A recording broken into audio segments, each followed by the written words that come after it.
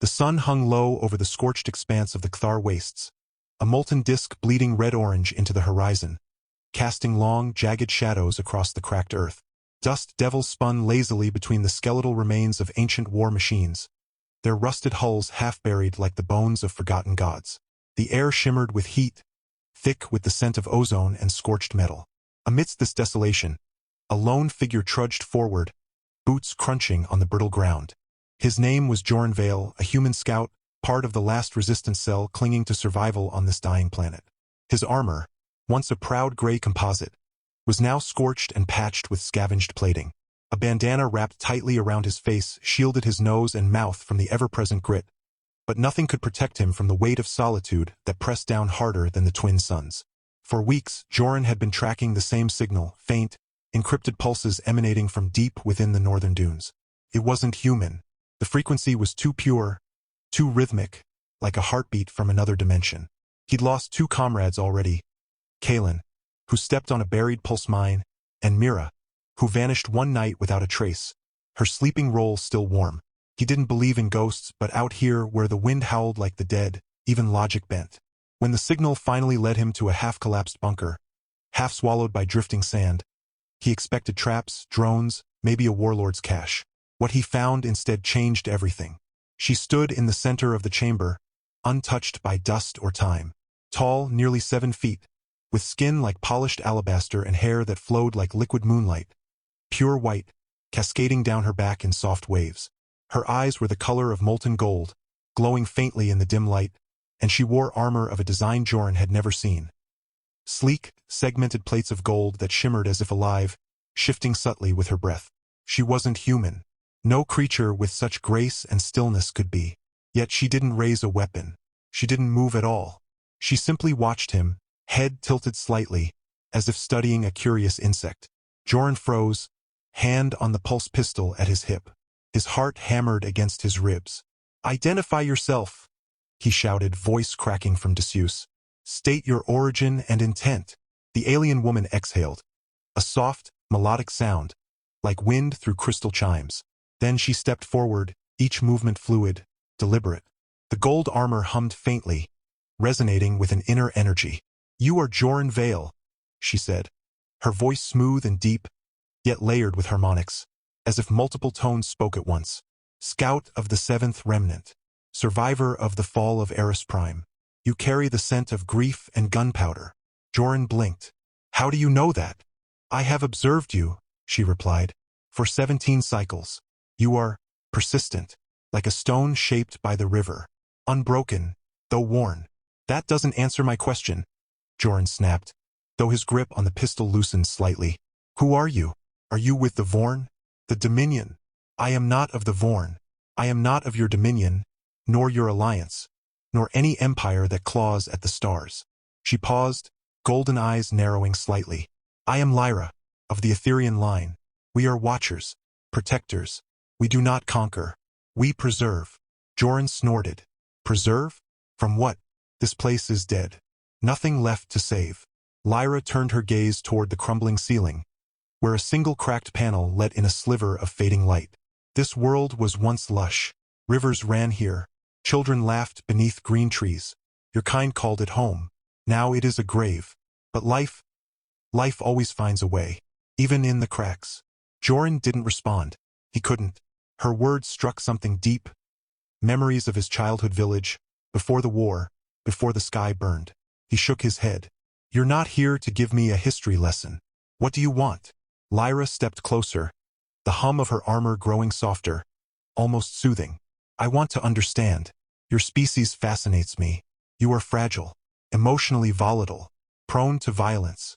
Yet you create art. You mourn. You fight for those you love. You endure." She tilted her head again. "And you are different. Not just in survival but in spirit. You do not seek power. You seek meaning." Joran scoffed. "Meaning? Out here? I'm just trying not to die." "Then why keep going?" she asked simply. "Why not lie down and let the sand take you?" He opened his mouth, then closed it. He didn't know. Maybe habit. Maybe stubbornness. Maybe the faint hope that somewhere, someone still remembered his name. They stood in silence for a long moment, the only sound the distant moan of wind through the ruins. Then, without warning, Lyra knelt. Not in submission, but in ceremony. One knee pressed into the dust, her hand over her chest, golden light pulsing beneath her palm. Joran took a step back. "What the? I offer you a bond," she said, voice resonant, echoing in the chamber. "A union not of flesh, but of purpose. A joining of minds, of destinies. What if I married you, human?" Joran's brain short-circuited. "What? You heard me," she said, rising slowly, golden eyes locked on his. "What if I married you? Not in the way your cultures bind two souls with rings and vows under trees, but in the Etherean way, a merging of consciousness, a shared path. You would gain strength, longevity, knowledge, and I would gain understanding, of love, of loss, of what it means to be human." Joran stared at her, mouth dry, mind racing. "You're serious?" "Deadly." He burst out laughing. A sharp, startled sound that echoed off the walls. "You're insane. You're a 7-foot-tall space goddess in golden pajamas, and you want to marry me? Me? Joran Vale, who last bathed 3 weeks ago and eats protein paste that tastes like regret." Lyra didn't flinch. "Your hygiene is suboptimal, but your heart is strong, your will unyielding. You are not perfect, but perfection is not what I seek. I seek truth. And you, Joran Vale, are real." He wiped a hand over his face, trying to process. "This is a trick. It has to be. You're messing with my head. Maybe you're a Dominion illusionist, or a Vorn mindworm, or—" "Touch my hand," she said softly. "No. Touch it. No." She reached out anyway. Joran flinched, but didn't pull away. Her fingers brushed his cold, smooth, like polished stone. A jolt ran up his arm, not painful, but electric, like static from an old generator. And then images. A vast city of light, floating above a violet sea. Beings with silver skin and eyes like stars, moving in silent harmony. A great war. Ships like whales made of light clashing with shadow beasts from the void. A prophecy. The last watcher shall find the unbroken flame, and through union, light shall return. He gasped, yanking his hand back.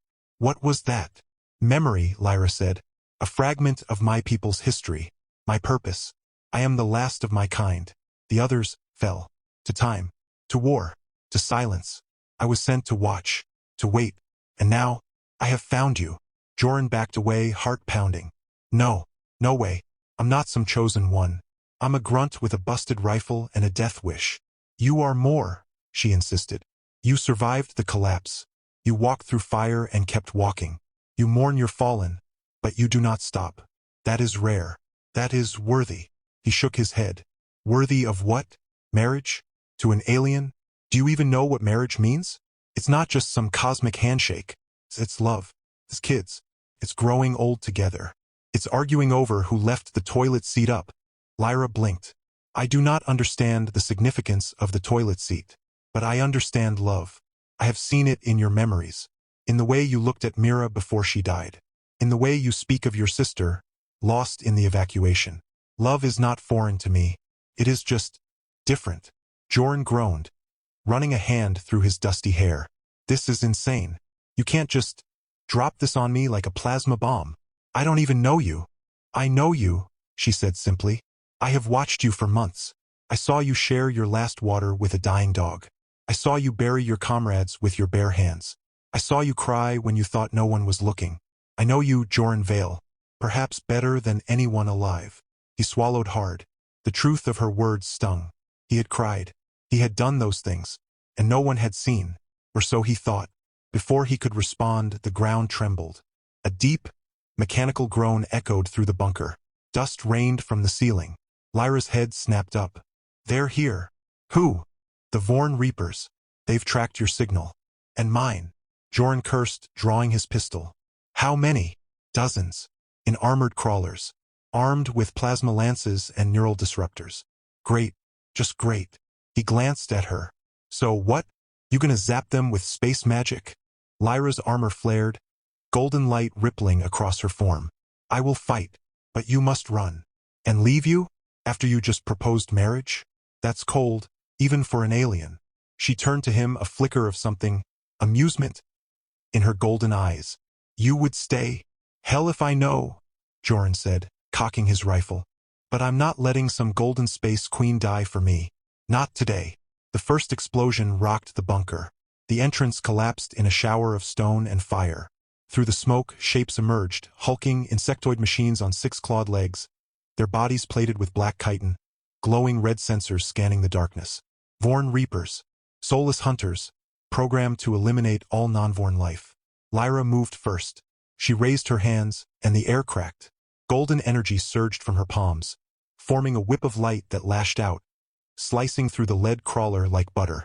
The machine exploded in a burst of sparks and molten metal. Joran didn't hesitate. He fired, his pulse rifle spitting blue bolts that shattered the sensor array of the second crawler. It staggered, blinded, and Lyra finished it with a sweeping arc of energy that vaporized its core. They fought back to back. Joran with grit and instinct, Lyra with precision and power. He ducked under a claw swipe, rolled, and planted a grenade on a crawler's leg. It detonated with a roar, sending shrapnel flying. Lyra deflected a plasma bolt with a shimmering energy shield, then hurled it back like a discus, impaling 2 more machines. But more came. Always more. Joran's breath came in ragged gasps. His rifle overheated. He switched to his sidearm, firing wildly. A claw grazed his shoulder, tearing through armor and flesh. He cried out, stumbling. Lyra was at his side in an instant, her hand on his wound. A warm, golden light spread from her palm, and the pain lessened. The gash began to close, knitting together as if time reversed. "Don't die," she said, voice tight. "Not before you answer me." "Can't think with all this shooting," he panted. She smiled, just a faint curve of her lips. "Then I'll make it simple. Will you marry me, Joran Vale?" He stared at her, bloodied and breathless, surrounded by burning machines and falling rubble.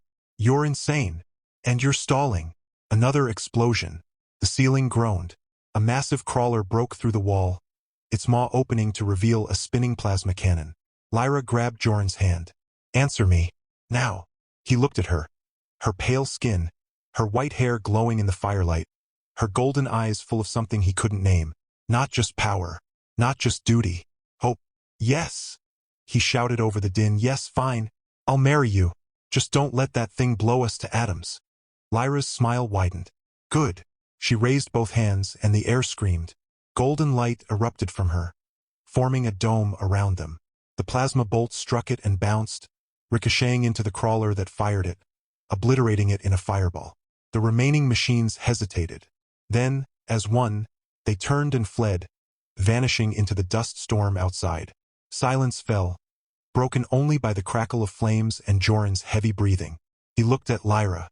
"Did you just use our engagement as a power-up?" She lowered her hands, the light fading. "Etherian bonds are strengthened by mutual consent. Your acceptance unlocked a fraction of my full potential." Joran groaned, clutching his healing shoulder. "So I'm basically your battery now?" "In a manner of speaking. But I will protect you, nurture you, walk beside you. That is the promise." He sighed, slumping against the wall. On Earth, people go on dates first. Dinner, maybe a movie. Not alien war zones and near-death proposals. Lyra tilted her head. "What is a movie?" "Never mind." He looked at her. "So, we're engaged now? If you still consent." He thought about it. About the loneliness. About the war. About the fact that this impossible woman had saved his life, seen his soul, and asked to walk it with him. "Yeah," he said softly. "I still do. Or will. Or whatever." Lyra reached out and took his hand. Her touch was warm now, not cold. Then the bond begins. A pulse of light traveled up their arms, gentle, like a heartbeat shared. Joran felt it, not just in his body, but in his chest, in his mind. A quiet presence, like a second voice whispering in the back of his thoughts. Not intrusive, not overwhelming, just there. They left the bunker together, stepping into the twilight of the desert. The wind had died. The stars were coming out, thousands of them, brighter than Joran had ever seen. "Where to now?" he asked. "North," Lyra said. "There is a sanctuary, hidden beneath the ice fields. My people left it behind. A place of healing, of beginnings." Joran nodded, adjusting his pack. "And after that?" She looked at him, golden eyes soft. "That is for us to write." He chuckled. Just so we're clear, I still get to pick the honeymoon spot. If it does not involve toilets with open seats, I will consider it. He laughed. A real laugh, the first in years. And for the first time since the world ended, Jorenvale didn't feel alone. The desert stretched before them, endless and harsh. But ahead, beyond the dunes, something waited. Not just survival, not just escape. Something new, something like love. Days passed as they crossed the wastes, the twin suns rising and setting in their slow, fiery dance. Joren learned quickly that Lyra was not just powerful. She was strange. She didn't eat, but absorbed sunlight through her palms like a plant. She could sense emotions in others, flinching when Joren remembered a painful memory, as if the sorrow were a physical blow. She once stopped in the middle of a sandstorm just to watch a single, twisted cactus bloom with violet flowers, whispering in a language that made the wind pause. "You talk to plants?" Joren asked, shielding his eyes. "They listen," she replied. "They remember the rain." He shook his head. "You're gonna be a handful, aren't you?" "The bond grows stronger each day," she said. "I feel your thoughts more clearly, your fears, your dreams. You dream of oceans." He stiffened. "Yeah, used to live near one, before the sky burned." "You will see one again," she promised. "I will take you to a world where the seas are still blue." He didn't answer. Hope was dangerous out here, but he didn't push it away either. One night, as they camped beneath a rocky overhang, Joren asked the question that had been gnawing at him. "What happens now? I mean, we're engaged, but what does that even mean? Do we have a ceremony? Do I have to learn your language? Do I have to bow every time I see you?" Lyra sat cross-legged, her armor dim, her hair glowing faintly in the dark. "The bond is already forming. Our minds are linking. In time, we will share memories, emotions, even visions. As for ceremony, yes, there is a rite, the convergence.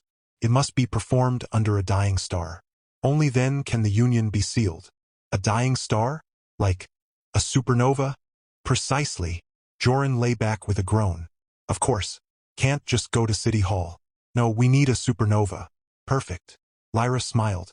"You complain, but you do not regret." He looked at her. The firelight danced in her golden eyes. "No," he admitted. "I don't." The next morning, they found the crater. It was massive, a gaping wound in the earth, miles across, filled with twisted metal and scorched earth. In the center stood a ship, half buried, its hull cracked open like an egg. Not Vorn, not human. It was sleek, silver, shaped like a crescent moon, covered in symbols that pulsed faintly. Lyra went still. "My ship. You have a ship?" Joren gaped. "I did. It crash-landed during the final battle. I thought it lost."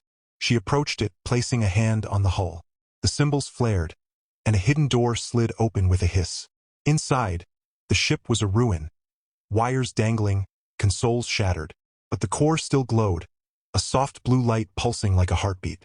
Lyra knelt before it. "It lives." "Barely." Joren stepped in, eyes wide. "Can you fix it?" "With time. And parts. But yes." He grinned. "So we're not walking forever?" "No. But the journey is not over." He sighed. "Nothing ever is." As they worked, Joren scavenging usable components from the wreckage, Lyra repairing circuits with beams of light from her fingers. A strange peace settled over them. They bickered over tools. He teased her for not understanding sarcasm. She corrected his grammar with maddening calm. But when a sand viper lunged from the shadows, Lyra shielded him without thought. And when he pulled a metal shard from her arm with his knife, his hand steady despite the blood, something deeper than words passed between them. That night, as the stars blazed above, Lyra spoke softly. "I have never known touch like yours. Warm, imperfect, real." Joren smirked. "Careful. That almost sounded romantic." It was. She looked at him. "I do not know what the future holds. But I know this, I chose you. Not because of prophecy. Not because of duty. Because when you laugh, the silence in my soul fades." He didn't know what to say, so he reached out and took her hand. And for the first time in centuries, the last Etherean smiled like she belonged. The days that followed were unlike any Joren had known. Life on the run had always been a blur of survival. Scavenge, hide, fight, repeat. But now, with Lyra at his side, each moment carried a weight he couldn't name. Not just danger, not just purpose, but meaning. They worked together to restore her ship, the Aethris Grace, salvaging parts from buried wreckage, rerouting power through cracked conduits, and patching the hull with sheets of scavenged alloy. Joran, who had once only known how to break things, now learned to rebuild. Lyra, who had watched worlds die in silence, now laughed, softly, rarely, but truly, when Joran dropped a plasma coil on his foot and cursed in 3 languages. One evening, as the twin suns dipped below the horizon and painted the sky in molten gold and violet, the ship hummed to life. A low, resonant tone filled the air, like the first note of a forgotten song. Lights flickered across the control panels. The core pulsed stronger, brighter. "It's waking," Lyra whispered, her hand resting on the central console, like a heart remembering its rhythm. Joran wiped grease from his hands. "So we're flying? If you are ready." He looked around the crater, at the broken war machines, the bones of a dead world. "I've been ready since the day you asked me to marry you." She turned to him, golden eyes reflecting the glow of the reawakening ship. "Then let us go." They lifted off at dawn. The Aethris Grace rose slowly, shaking off centuries of dust and silence, its silver hull gleaming as it pierced the thin atmosphere. From above, the Cthar wastes looked like a scar across the planet's face. Ugly, but not beyond healing. Joran watched through the transparent dome, his breath catching as the stars emerged, clearer and more numerous than he'd ever seen. Lyra stood beside him, her presence warm even without touching. "You're quiet." "I'm thinking," he said, "about how weird this is. One minute I'm eating protein paste in a hole in the ground. The next I'm flying a starship with an alien goddess who wants to marry me." "You still doubt it?" she asked. "No," he admitted. "I just keep waiting for it to end. For you to realize I'm not what you thought. That I'm just a guy. A broken guy." Lyra stepped closer, her hand finding his. "You are not broken, Joran Vale. You are scarred. And scars are not flaws. They are proof you lived. That you fought. That you loved." He looked at her, and for the first time he didn't see just the warrior, the watcher, the last of her kind. He saw her, the loneliness behind the strength, the longing beneath the calm. She had walked eternity alone, and she had chosen him. "I don't know how to do this," he said quietly. "Being yours. I've never belonged to anyone. And I have never belonged to myself," she replied. "Not until now." The ship broke free of the planet's gravity, slipping into the silent vastness of space. Stars stretched in every direction, cold and beautiful. Somewhere out there a dying star waited, where their bond would be sealed, where the convergence would take place. But for now they were together, and that was enough. Weeks passed in the quiet rhythm of space travel. They drifted through nebulae that shimmered like painted silk, past dead moons with ancient carvings, and once, narrowly escaped a Vorn patrol by hiding in the magnetic field of a gas giant. Joran taught Lyra how to play a card game he'd invented during long nights in the trenches. She taught him Etherian meditation, helping him calm the nightmares that still clawed at his sleep. He learned to read the subtle shifts in her expression, the slight narrowing of her eyes when she was amused, the way her hair shimmered when she was deep in thought. One night, as the ship glided through a field of floating ice crystals that sparkled like diamonds, Joran found Lyra standing at the observation deck, her back to him. "You okay?" he asked. She didn't turn. "I feel it growing, the bond. It's not just in my mind anymore. It's in my chest, like a second heartbeat." He stepped beside her. "Yeah, me too." She looked at him then, and for the first time, there was fear in her golden eyes. What if it changes us? What if we lose ourselves in each other? Joran thought of the dreams he'd been having, visions of her childhood world, of silver towers and singing winds. He saw her memories as clearly as his own. And she had started calling him beloved in her sleep. "We won't lose ourselves," he said. "We'll just become something bigger, together." She leaned into him, just slightly. "I used to believe love was a human weakness, a flaw in logic. But now, I think it's the bravest thing any being can do." He smiled. "Careful. You're starting to sound like a poet." "I learned from the best." They reached the dying star 3 weeks later. It hung in the void like a fading ember, a red giant, its outer layers peeling away into space, its core collapsing inward. Around it, the fabric of reality shimmered, warped by gravity and time. This was no ordinary place. It was a threshold, a doorway between life and what came after. Lyra led Joran to the ceremonial chamber deep within the ship. The walls were lined with Etherian script, glowing faintly. In the center stood a pedestal of crystal, pulsing with soft light. "This is where it happens," she said. "The convergence. We will stand together, join hands, and speak the oath of union. The energy of the dying star will amplify the bond. It will make us one. Not just in spirit, but in soul." Joran swallowed. "And if I say no now?" She looked at him, steady. "Then you walk away, free. I will not stop you." He studied her face. The pale skin, the white hair, the eyes that had seen centuries. He thought of the desert, the battle, the way she had healed his wound, the way she had laughed at his jokes, the way she had held him when the nightmares came. "No," he said. "I'm not walking." They stepped onto the platform. Hand in hand, they faced the dying star through the transparent dome above. Lyra began to speak in her native tongue. Words that resonated through the chamber, through Joran's bones, through the very air. He didn't understand them, but he felt them. Love, duty, eternity, hope. When she finished, she turned to him. "Now you, in your language, from your heart." Joran took a breath. "I don't know all the right words," he began, voice rough but clear. "I've never done this before, but I know this. I was lost. I was broken. I thought the world ended when the sky burned. But you found me, not just in the desert, in the silence, in the dark. You saw me, all of me, the good, the bad, the ugly, and you still chose me." He squeezed her hand. "I don't know what the future holds. I don't know if we'll see oceans again, or if we'll have to fight 1,000 more wars. But I know I want to face it with you. Not because of some prophecy, not because you're powerful, but because when I'm with you, I feel alive, like I matter, like I'm home." Lyra's eyes shimmered, not with tears. Etherians didn't cry, but with light, a golden glow that spread from her chest outward. Joran smiled. "So yeah, I love you, Lyra, and I'll marry you, 1,000 times if I have to." The moment the words left his lips, the star shattered. Not in explosion, but in release. A wave of energy, silent and radiant, surged outward, washing over the ship, over them. The crystal pedestal erupted in light. The bond snapped into place, like a missing piece finally fitting. Joran gasped. It wasn't pain. It was connection. He could feel her thoughts, her memories, her joy, her sorrow, all flowing into him, and his into her. He saw her childhood, her people, their fall. She saw his village, his sister's laugh, the weight of every loss he'd carried. And then peace. They stood there, hand in hand. As the light faded, the star collapsing into a quiet remnant behind them.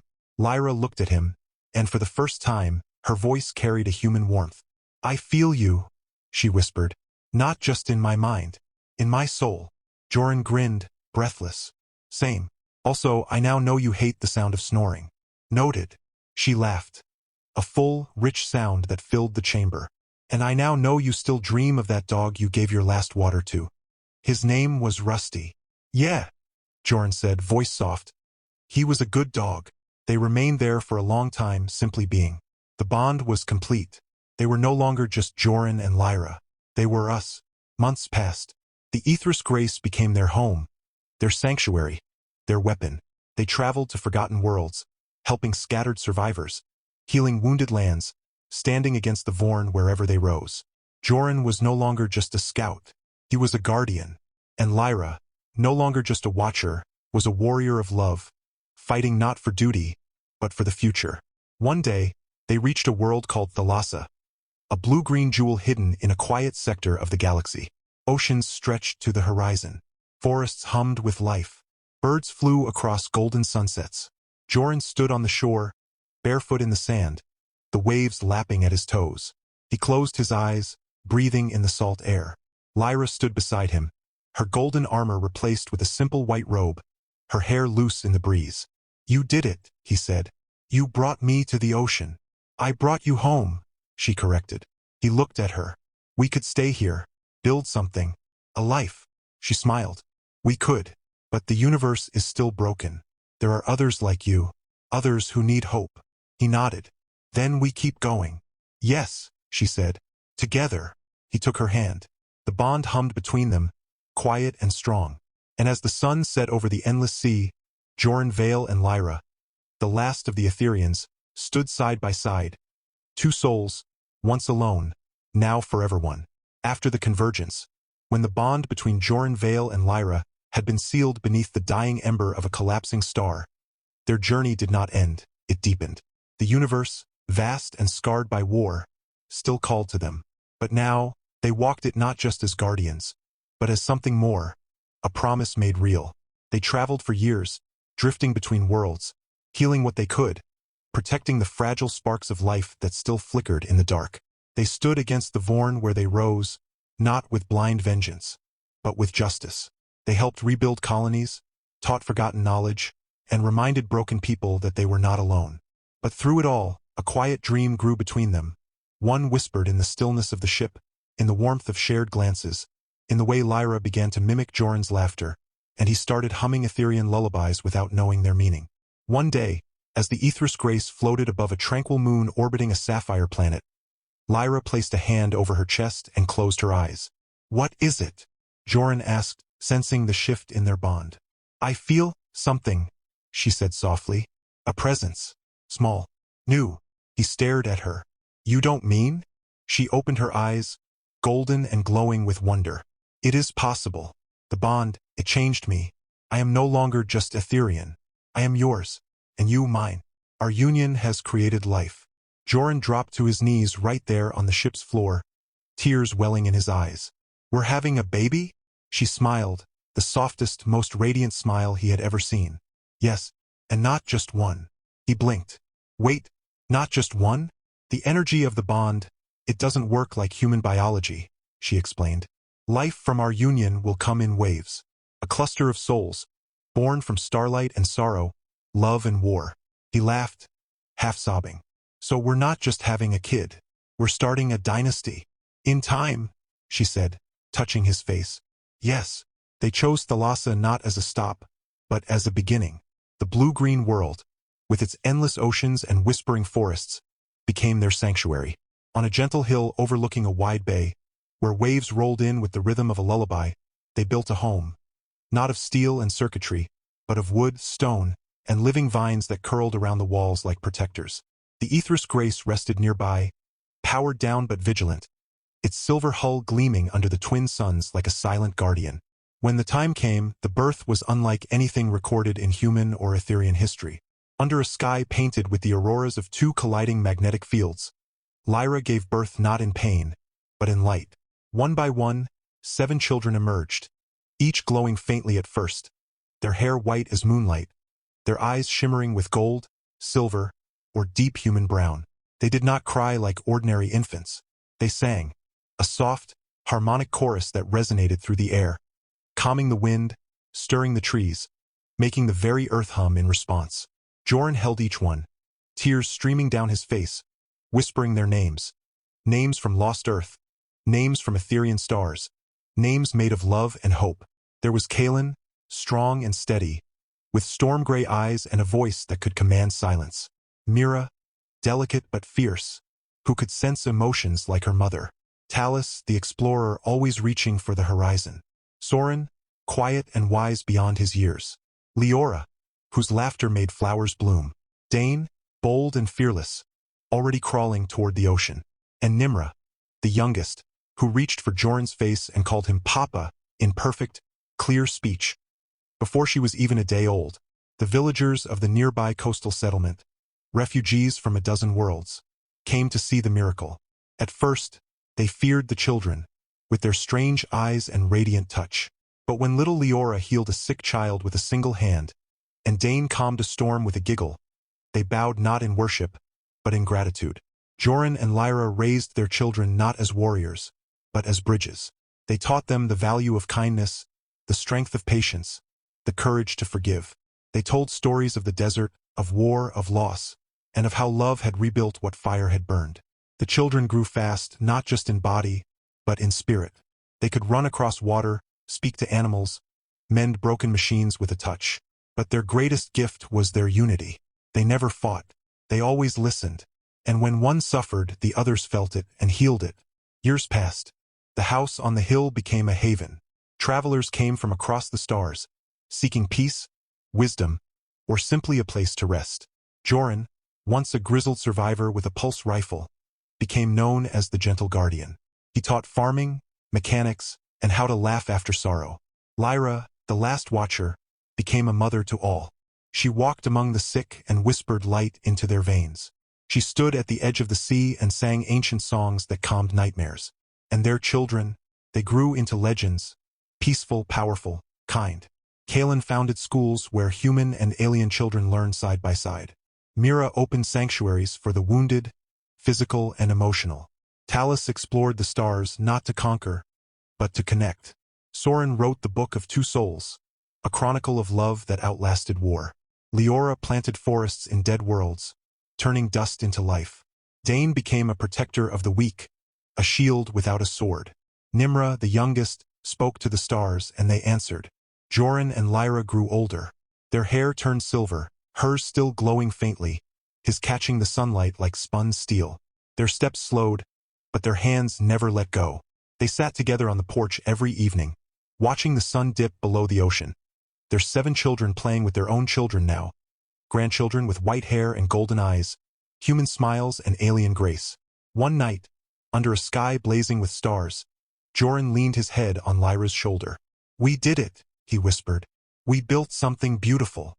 She smiled, her light dim but steady. "We dreamed it, and love made it real." He looked at her, the woman who had walked out of the desert like a vision, who had asked to marry a broken man and turned him into a father, a leader, a legend. "I'd do it all again," he said. "Every scar, every battle, every tear, just to find you." "And I," she replied, "would cross 1,000 lifetimes, endure 1,000 silences, just to hear you say my name." They sat in silence, the bond between them humming like a quiet star. And on the hill above the sea, in the home they had built with their hands and hearts, the family slept, safe, loved, endless. The war was over. The future had arrived. And it was peaceful.